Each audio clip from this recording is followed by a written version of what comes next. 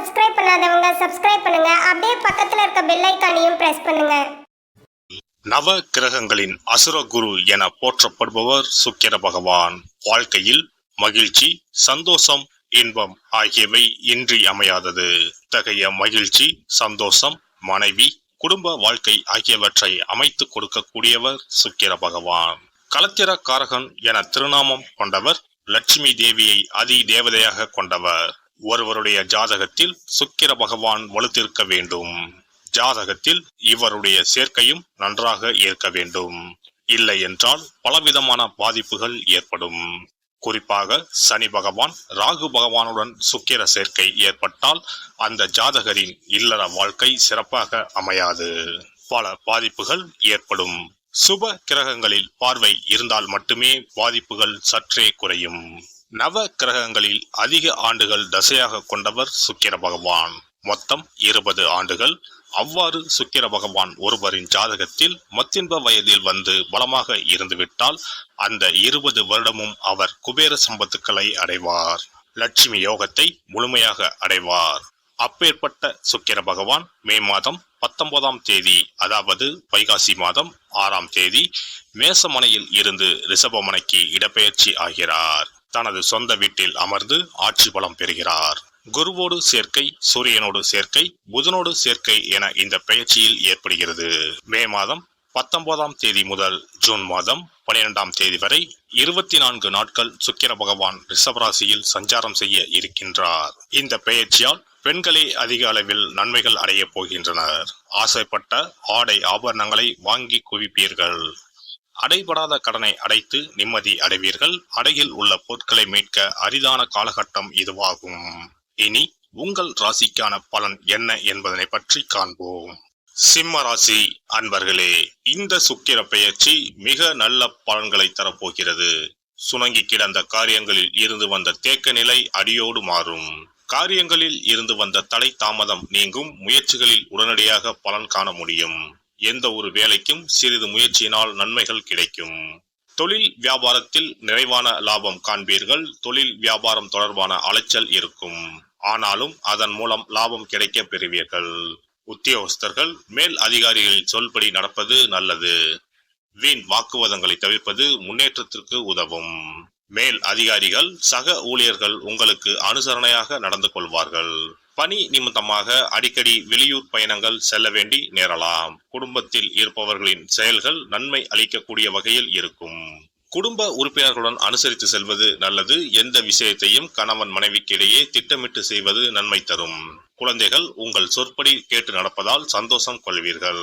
உறவினர்கள், நண்பர்கள் வகையில் அனுகூலம் ஏற்படும். பெண்களை பொறுத்தவரை எந்த ஒரு வேலைக்காகவும் கூடுதலாக அலைய வேண்டி இருக்கும். பயணம் செய்யும் போது சற்று கவனம் தேவை. அரசியல்வாதிகளுக்கு சங்கடங்கள் குறைய தொடங்கும். எதிர்கட்சியினர் உங்களை பற்றி குறை சொல்வதை குறைத்துக் கொள்வார்கள். தொண்டர்கள் உங்கள் பெருமைகளை பற்றி புரிந்து கொள்வார்கள். கட்சி மேலிடத்தின் ஆதரவு, மனதிற்கினிய பொறுப்புகளை பெறுவீர்கள். கலைத்துறையினருக்கு திறமைக்கேற்ற புகழும் கௌரவமும் கட்டாயம் கிடைக்கும். பணவரவில் முன்னேற்றம் உண்டாகும். நண்பர்கள் மூலம் தக்க சமயத்தில் தேவையான உதவிகளை பெறுவீர்கள். அமைதியாக செயல்படுவீர்கள். மாணவர்களுக்கு எதிர்கால கல்வியை பற்றிய சிந்தனை மேலோங்கும். கூடுதல் நேரம் ஒதுக்கி படிப்பது வெற்றிக்கு உதவும். நட்சத்திர பலன்கள். மகம் நட்சத்திரம். இந்த பெயர்ச்சியானது நல்லவர்களுடன் பழகும் வாய்ப்பை ஏற்படுத்தும். முடிந்தவரை அடுத்தவருக்கு உதவி செய்யும் முன் நண்பர்களுடன் கலந்தாலோசிக்கவும். நீண்ட நாட்களாக வராமல் இருந்த கடன்கள் இனி கொஞ்சம் கொஞ்சமாக வசூலாகும். நீங்கள் திட்டமிட்டு செய்த காரியங்கள் இனி மெல்ல நிறைவேற்றுவீர்கள். பூரம் நட்சத்திரம். உத்தியோகத்தில் இருப்பவர்கள் கடுமையாக உழைக்க வேண்டியிருக்கும். நினைத்தபடி பணிகளை செய்ய முடியாத நிலை உருவாகும். பதவி உயர்வு, சம்பள உயர்வு கிடைக்கும். பிற இடங்களுக்கு மாற்றலும் கிடைக்கும். உங்கள் மேல் நம்பிக்கையும் உயரும். உத்திரம் நட்சத்திரம்.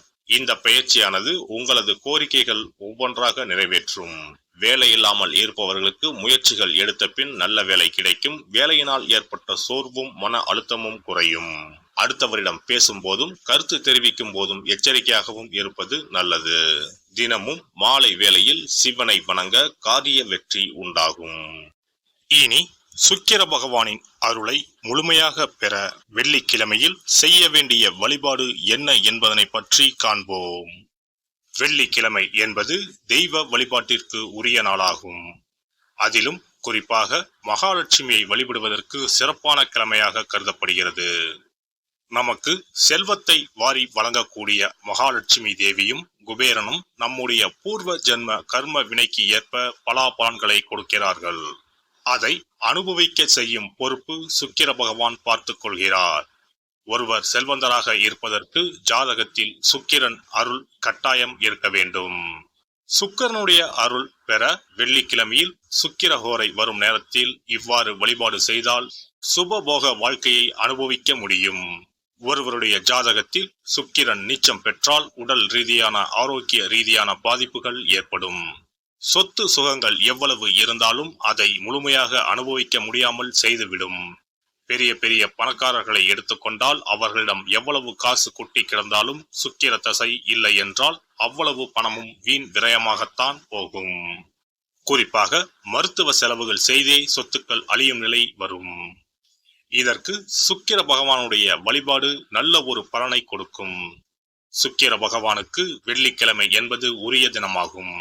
சுக்கிரன் அருள் பெற வீட்டில் வெள்ளி பொருட்களை பயன்படுத்துவது நலமாகும். வெள்ளியில் சுக்கிரன் வசிப்பதாக ஐதீகம் உள்ளது. வெள்ளி பொருட்கள் கொண்டு பூஜை செய்தால் சகல சௌபாக்கியங்களும் உண்டாகும். சுக்கிர வழிபாடு செய்ய நினைப்பவர்கள் காலை 6 மணி முதல் 7 மணி வரையிலான காலம் சுக்கிரஹோரை ஆகும். அதனை தவறவிட்டால் மதியம் 1 மணி முதல் 2 மணி வரை சுக்கிரஹோரை நிகழ்கின்றது. அதையும் தவறவிட்டால் இரவு 8 மணி முதல் 9 மணி வரையிலான சுக்கிரஹோரை நேரத்தில் வழிபாடுகள் செய்து பயன்பெறலாம். இவற்றில் காலை 6 மணி முதல் 7 மணி வரையிலான முதல் சுக்கிரஹோரையில் சுக்கிர வழிபாடு செய்வது சிறப்பான பலன்களை கொடுக்கும். காலை முதல் மாலை வரை உபவாசம் இருந்து சுக்கிர பகவானுக்கு உரிய காயத்ரி மந்திரத்தை உச்சரித்து கல்கண்டு சேர்த்த சர்க்கரை பொங்கலை நைவேத்தியம் படைத்து வெள்ளை நிற பூக்களால் அர்ச்சனை செய்ய வேண்டும். சுக்கிர தசை நடப்பவர்களும் சுக்கிரன் நீச்சம் பெற்ற ஜாதகக்காரர்களும் இந்த வழிபாடு செய்வது சிறப்பான பலன்களை கொடுக்கும். சுக்கிர தசை நடக்கும் பொழுது சுக்கிர வழிபாடு செய்து வர வருமானத்தை சுகமான வாழ்க்கை வாழ்வதற்கு உரிய வகையில் பயணிக்க செய்யும்.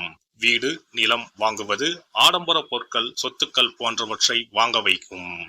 அதுவே சுக்கிரன் நீசம் பெற்ற காலத்தில் இந்த வழிபாடு செய்பவர்களுக்கு வீண் விரயங்கள் இல்லாமல் ஓரளவிற்கு வறுமையிலிருந்து பிழைக்கச் செய்யும். வெள்ளிக்கிழமையில் நவக்கிரக கோவிலுக்கு சென்று சுக்கிர பகவானுக்கு வெள்ளை வஸ்திரம் சாற்றி வழிபாடு செய்யலாம். வெள்ளை நிற நைவேத்தியங்கள் தயார் செய்து கோவிலில் வரும் பக்தர்களுக்கு தானம் செய்யலாம்.